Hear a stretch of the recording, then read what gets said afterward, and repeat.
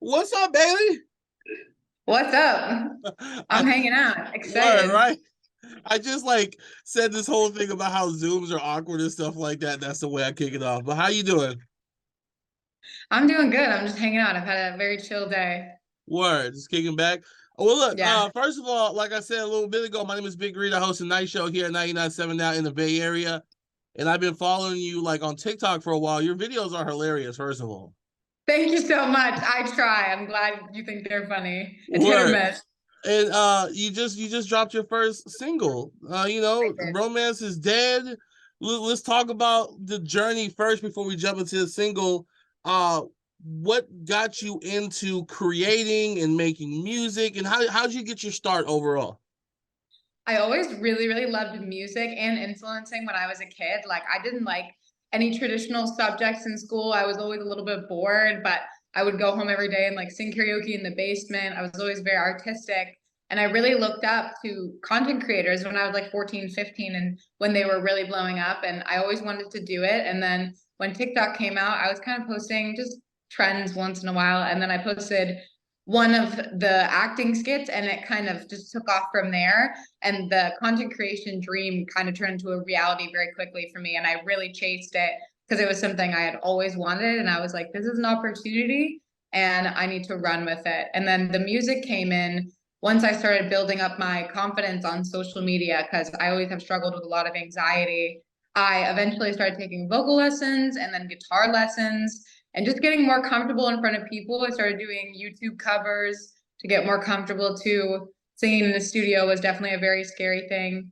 And then I started making my own original music, which is how we got to the point that we're at now. Yeah.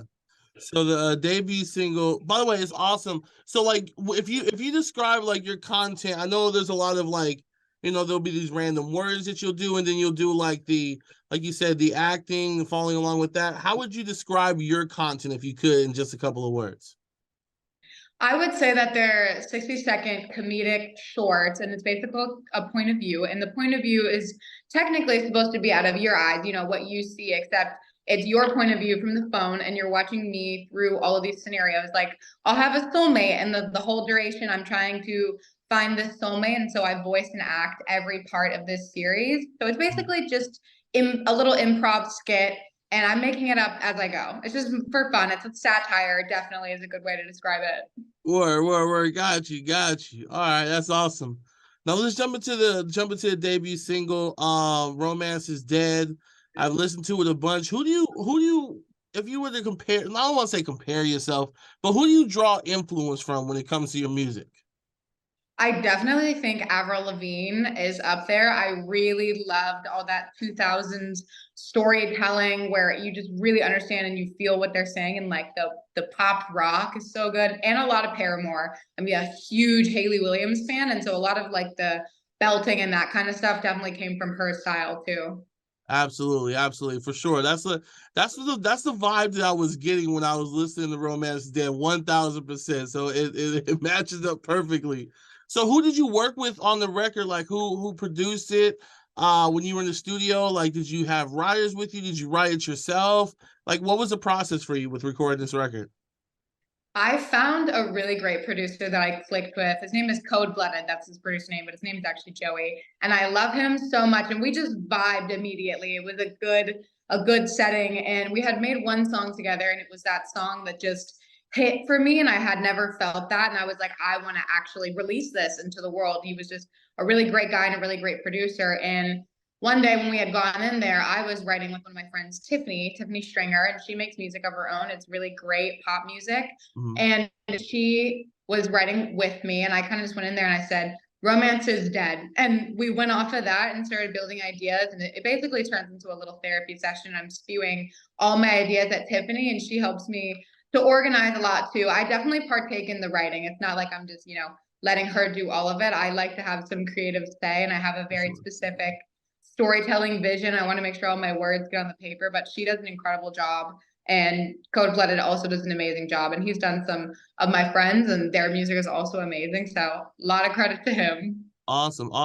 So I'm sure there were other records that you could have chosen to be your debut single. I know you've probably been working a lot. Like, What made you be like, this is the one I need to put out at this particular point in your career so far?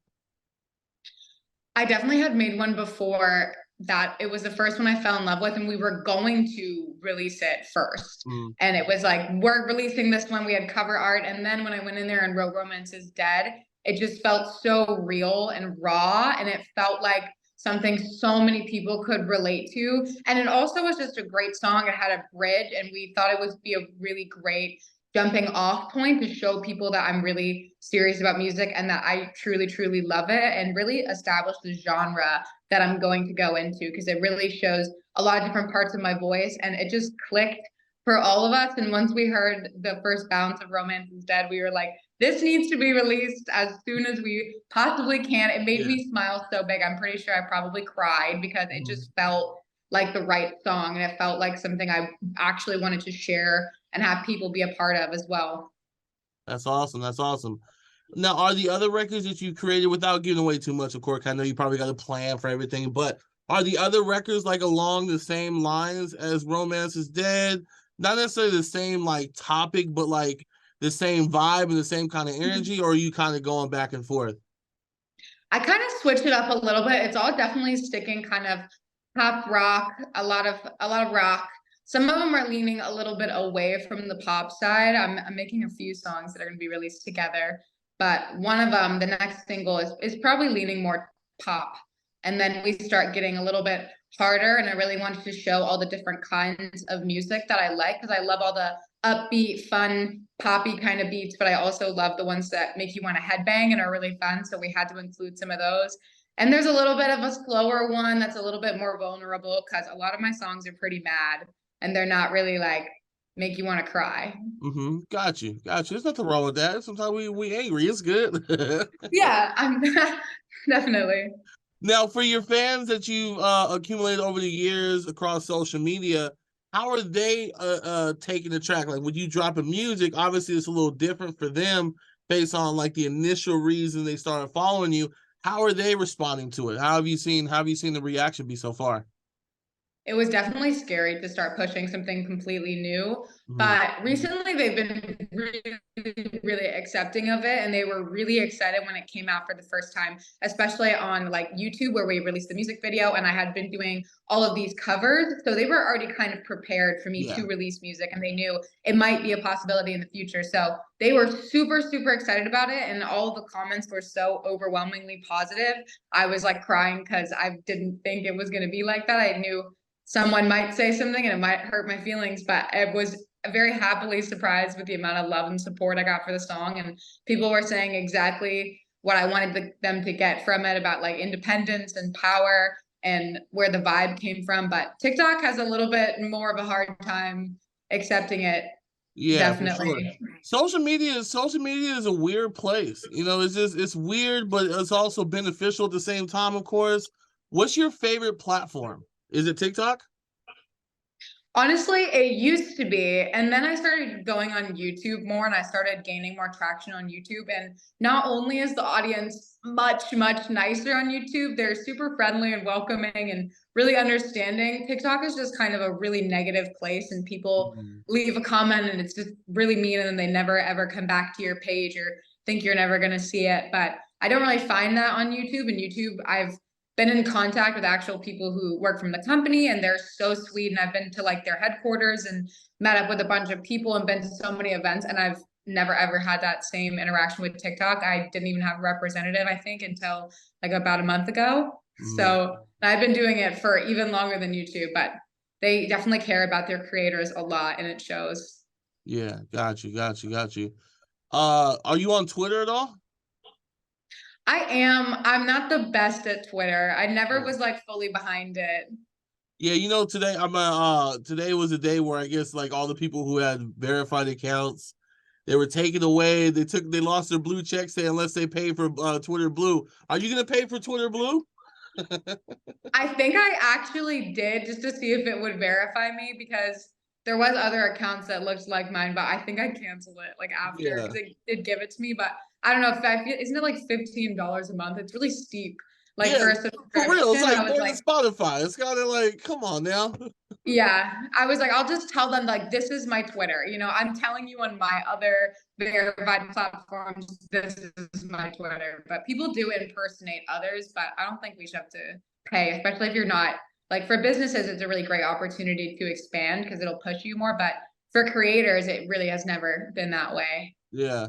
I liked it because I was able to edit my tweets. So I was like, okay, if I mess up, I do a typo or something like that, I would do it. But then I was like, I look kind of weird having this, so I kind of like got rid of it. So I was like, I gotta That's go. how I felt. I was like, do people know that I'm paying for this check right now?